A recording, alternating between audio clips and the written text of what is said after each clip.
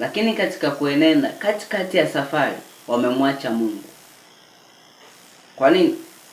Kwa sababu kuna namna wa njia walizopita wakajikuta wameacha imani, wameidondosha chini. Hebu tusome katika kitabu cha Ufunuo sura ya 2 mstari wa 4, inasema hivi. Ufunuo sura ya 2 mstari wa 4, lakini nina neno juu yako ya kwamba umeuacha upendo wako wa kwanza. Bwana asifiwe. Lakini nina neno juu yako ya kwamba umeuacha upendo wako wa kwanza. Kuna mahali ulipopita ulidondosha imani, uliangusha, maanake ulinyang'anywa na yule mwovu.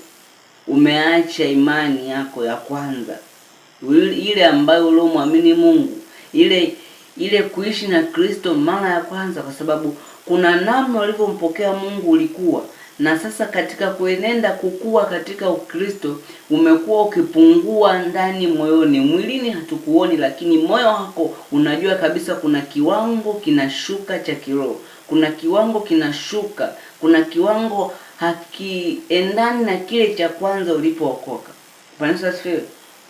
Kuna kiwango ambacho unakiona kabisa kwamba katika muda huu ninapoenenda na ninapoishi, naona kabisa kwamba ile nguvu yangu ya ndani ya kiroho inashuka, sio kupanda, inashuka. Kwa nini? Kutokana na namna ulivyo na